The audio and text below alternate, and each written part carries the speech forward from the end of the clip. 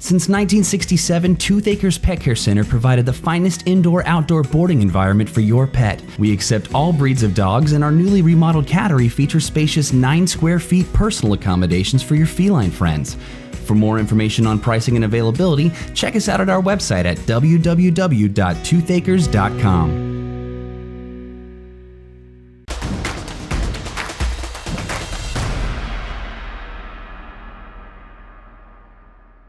Well, hello, everybody. The Goss and the Chocolate Bear, the DFW playoffs, softball playoff, podcast number 2. How you doing, my friend Brian Gosset with the Fort Worth Star Telegram on this blurry Tuesday afternoon?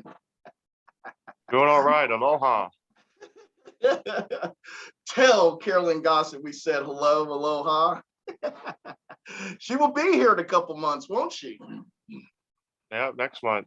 Next month. All right. The Gosset Clam. What, 5 years in the making of the return trip back to the DFW? Yeah, something like that. I believe T. Cannon and Amanda DeRoche were still playing because I think they came for that All-Star game out at the park that's not open anymore. Great grant, yeah. Yes. Cool. Well, hey, guys, we do appreciate you guys listening to us. And we also wanted to say, if you would like to help us out, like for you to subscribe, just press the like button on Rumble, YouTube, Spotify, and Anchor. All you have to do is just send us a little emoji, a little comment, say, hey, you guys know what the heck you're talking about, or you guys don't. Either way, we appreciate your comments. Goss, let's start. Second round of the playoffs. We had by district last week. What was your biggest surprise out in Tarrant County, if there was any, and maybe what your biggest story from the Tarrant County first round games last week? Well, for the Fort Worth area, we had about 26 or 27 teams advance to the second round.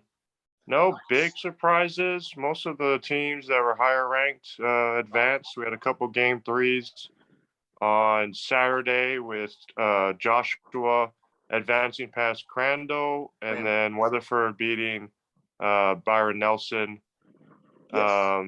Yeah, both their pitchers, Katie and Lauren, showed up and helped those teams advance. Weatherford made a little bit of history. They snapped the drought last time they went to the second round, 2015 or 2016. So congrats to Coach Lemons and the Kangaroos. But yeah, most of the teams that should have won did win, and looking forward to some exciting second round matchups. Yeah, I was looking at some of the second round matches. I was really looking at that Mansfield Lake Ridge and Tyler Legacy. I mean, you look at the records that those two teams got, man, I was like, that's a lot of wins between those teams and not many losses. And I thought that was going to be a pretty interesting, and it's just a one game playoff on Friday afternoon. Yeah, I'll try to make that one. That's 7 p.m. Friday at Lake Ridge. I talked about Lake Ridge last week. Just so much offensive power. They might not be hitting the home runs, but there are a lot of hits led by Paris Johnson and Tia Warsop. They have almost 60 hits apiece, and Brooklyn Morris did a great job last week against Bryan, sweeping the 2-game by-district series there. So, yeah, it should be a fun one. I mean, Legacy, I think, won their district, right? Yes. And looked like Lake Ridge won the flip there, getting the home game. But yeah, that's going to be fun. I like the one-game playoffs. I'm trying to like those a little bit, a little sense of urgency. Yeah, so it should be fun. I mean, Brooklyn should go back out on the mound. Maggie Miller had a couple home runs in game 1 for Lake Ridge. So you never know who's going to kind of be that hero. Could be anyone. They have so much weapons. When you got a long lineup like that, they keep turning the lineup over too because they're getting hit. So, by the third or the fourth inning, you might have 3 and 4 bats per players. It takes a toll on pitching, pitching against them. I mean, just putting the ball in play, not waiting for the big fly, man, I think that has a lot to do with it, and it also pressure on your defense to make plays. Yeah, so I'll try to be out there Friday night. Gotta kind of probably give the edge to Lake Ridge just because it's a home game, so should be exciting. And you're also going to be headed to Aledo and Mansfield Legacy. I guess they start at 3:00 on Friday. Yep, game one. Both won district championships. Both are always pretty good in softball ever since I've been covering softball here in Texas. So obviously we know about Aledo last week. We talked about them a lot.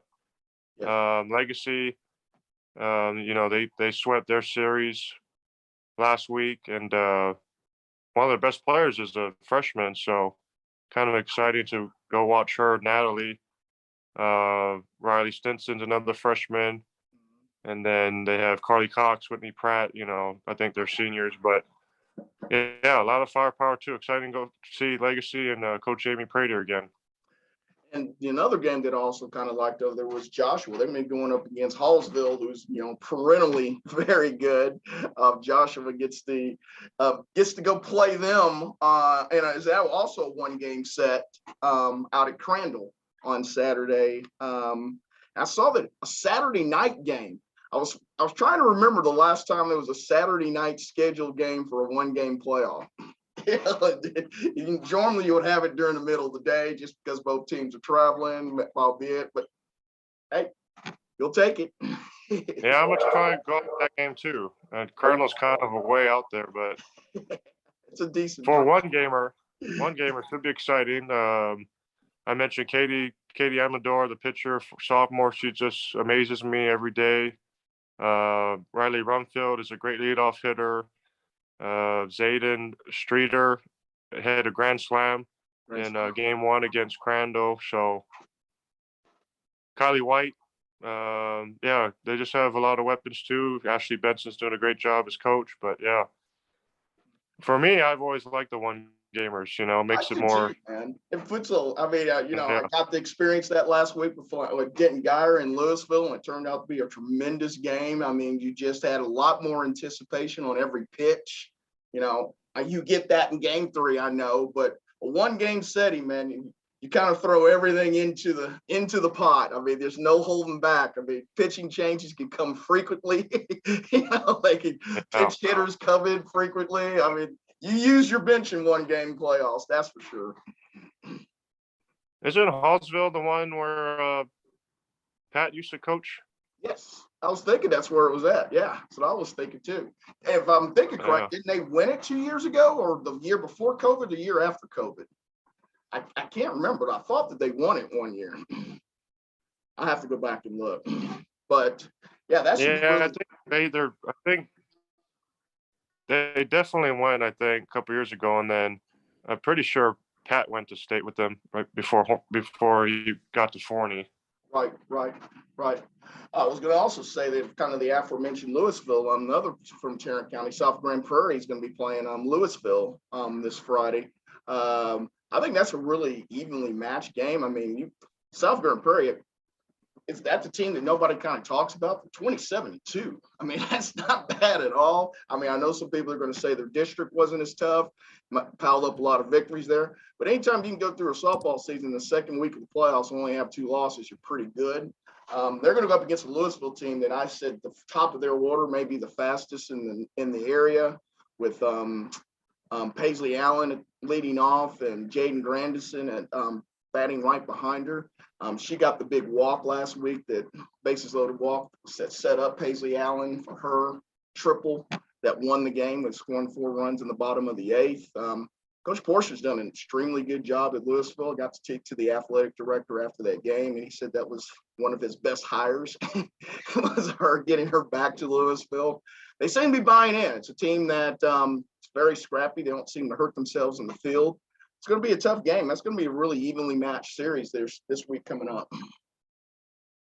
Yeah, their last 7 wins, they scored 10 or more runs. They scored 24 and 21 against Lake Highlands in their by-district series. And their only losses, Rockwall 2-0. That's a good loss. Yeah, it's a really good loss. And lost to Canyon Randall 6-5 in early March. So, Man, those are quality losses right there, man. That's not bad. Not bad at all. I did want to say, I noticed a lot of teams are going out west or playing out west this week. You know, Timber Creek playing El Paso, Eastwood. I guess that's that second round surge where you play them over there. I mean, it's a long bus ride, but hey, still got to make it happen. yeah, Boswell, Timber Creek, Keller, and Weatherford all traveling west. Traveling west. Wow. Any of those have prom nights? I don't think so. I remember South Lake Carroll last year, the baseball team had to go out west and played on prom. If they would have won the first game of that doubleheader, they could have made it to prom. They ended up losing that, so they had to play the second DF game. From what I understand, there was a lot of let's say girlfriends who bought prom dresses were a little disappointed that their boyfriends were not attending prom with them. So hopefully we have prom already taken care of, or it's the following week. Yeah. God. But yeah, just talk about the game you plan on going to Thursday, Marcus and Martin. Yes, I'm gonna go see Flower Mound Marcus and Martin. I think Flower Mound Marcus may have had the biggest week in and then a long time for them last week. I mean, they beat Flower Mound. They're out their arch rival just to get into the playoffs. And then they beat the number one ranked area team in the DFW. I mean, Dallas area market and Prosper last week. Yeah, I'm really looking forward to going out there. Going to have a little tailgating out there in Marcus land like we used to do back in the day. So excited about that. But I mean, I think Martin may be coming in at a really good time. And the only reason I say that is sometimes you have a letdown when you have two huge teams like that. You beat your arch rival and you go beat the number one ranked team. It's sometimes hard to stay focused. So Martin could be coming in at a good time here to play against them. It's a 3-game set, obviously this time, not a 1-game set. I'm looking forward to seeing him because every time I've gone out to see Hayden Sokolowski play, she doesn't play well. I think I'm her bad luck. So Soko, you're the Dallas Morning News Player of the Week. Keep it going. I want to see it. No, I'm just playing. But in a way, if she either gets walked a whole bunch or she just didn't have a great game when I play, but I'm looking forward to seeing her. But hey, man, what about Isa Jalapeno? She had a big week last week. I mean, I said that on Channel 8. They intentionally walked somebody to load the bases twice for her to hit. She comes through both times, getting 2 RBI hits.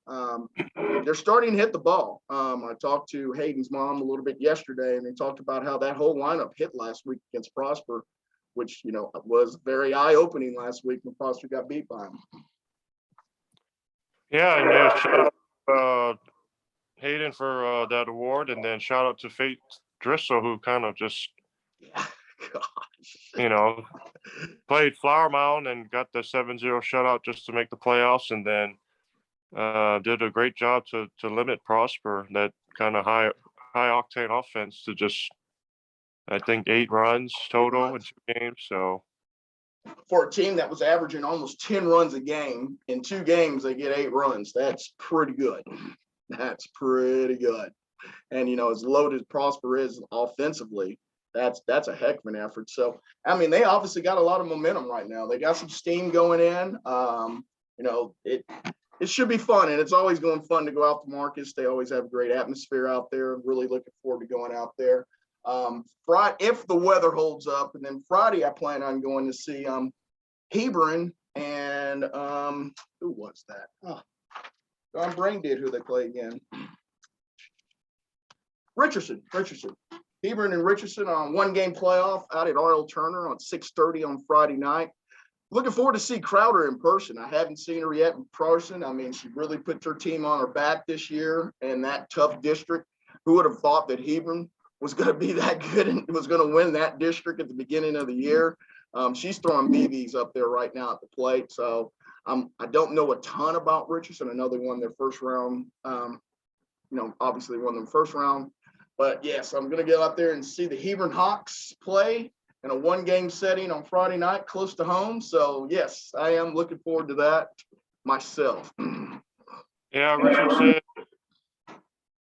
Lana Danielson, the pitcher, she's up for my player of the week. She had a good week against Arlington. She can hit as well. And shout out to Marley out there in Richardson. Hopefully she can finally see the chocolate bear. Yes, finally. And then hey, then some shout outs to Pat Idle's team out there at Forney. They had a big weekend last week. I'm really upset I still haven't got to see their new stadium just yet, but I'm going to try my best. They've got Longview coming up this week. It's always nice to see them, Forney back in the playoffs, being a threat again. Obviously, they had that a tremendous run a few years ago.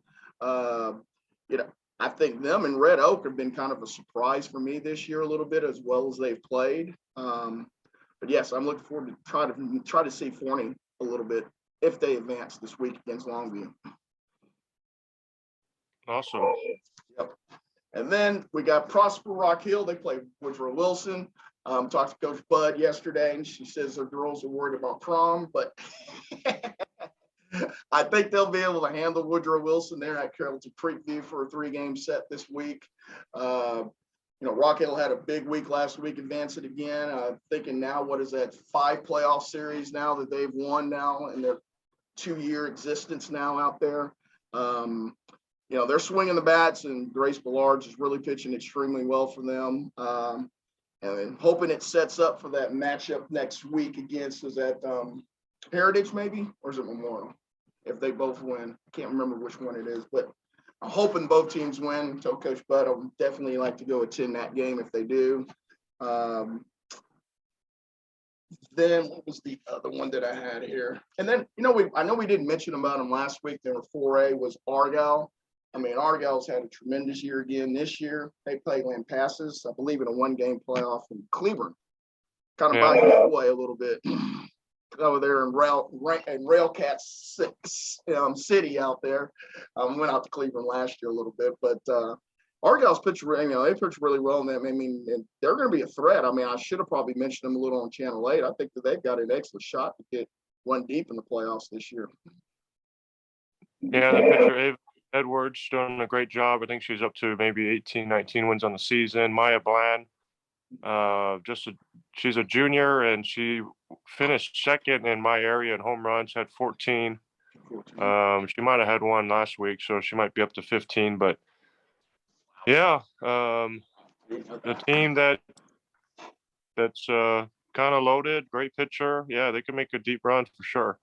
Yep, I was just thinking about how they've been kind of flown under the radar, so that kind of helps you a little bit too, when nobody's really, gives you that edge sometimes because you feel like you're getting overlooked, and at times. I also want to say congratulations to Dina Coleman and the Colony. They got the win over Reedy last week. We thought that was going to be one of the most competitive series last week. And it turned out to be that way. Tamaya Waiters had to hit the walk-off RBI that scored Olivia Wick that gave them to 2-game sweep over Reedy. They're playing really well here at the last year. I think the only 2 district losses they had was to Prosper Rock Hill, and one was by 1 run, and I think the other one was by 1 run. So, the Colony has really had a tremendous year, and the Wick sisters up top of that order, batting in front of they're pretty dang. They're going to be a tough out, I think. And Tamaya's pitched extremely well for them too. She really has. And then the last thing would be is that let's see, we did talk about. Did you go to the Colony's taking on Creekview, and then they'll face Memorial. Okay. In the 3rd round. So I think Rock Hill and Heritage could meet up. Frisco Heritage. So. Okay. So Memorial will be playing maybe Colony. Gotcha. That's what it was. Yeah, I think in Creekview, I know they swept Suffolk Clip this past weekend, pretty good. Now, I was going to ask you, were you you were at the first Timber Creek Fort Worth Passable game, right? Not the 16-11 game? Yeah, wrong game, I guess. I was thinking, how long was a 16-11 game? About 4 hours? I mean, that's a lot of base runners. Yeah, most of the runs came like within the first 3 innings, so long game for sure. But And then I was yeah, still, watch the first game, and it's kind of back and forth. Um, that think was maybe a few reasonably lead close. changes. Yeah, it was reasonably Yeah, close the first game, wasn't it? it was. Well, it ended up being 10-3, but 10-3. But most of the game, the it looked like it was pretty close. first couple innings it was tied, or one run lead. But yeah, then Timber Creek just kind of heated up at the right moment, I guess. Bella had a home run in game 2, and Sinai Hill had a 3 RBIs in each game. So Yeah, well, I saw that score, that 16-11, and said, wow, was the wind blowing out? I was like, geez. And then the other one, I say the score of the weekend, though, has to be Colleyville Heritage 24, Cranberry nothing. I thought that was maybe a spring football game. When I saw that score, I said, ouch. Alexa Perales hit 2 of the Colleyville's 7 home runs in that game. It was a 1-game playoff, and I guess, Granbury knew that they probably were outmanned and probably won the flip for a 1-game playoff. But man, that's putting up a few spots, I would say. yeah, Danae Vasquez had a grand slam.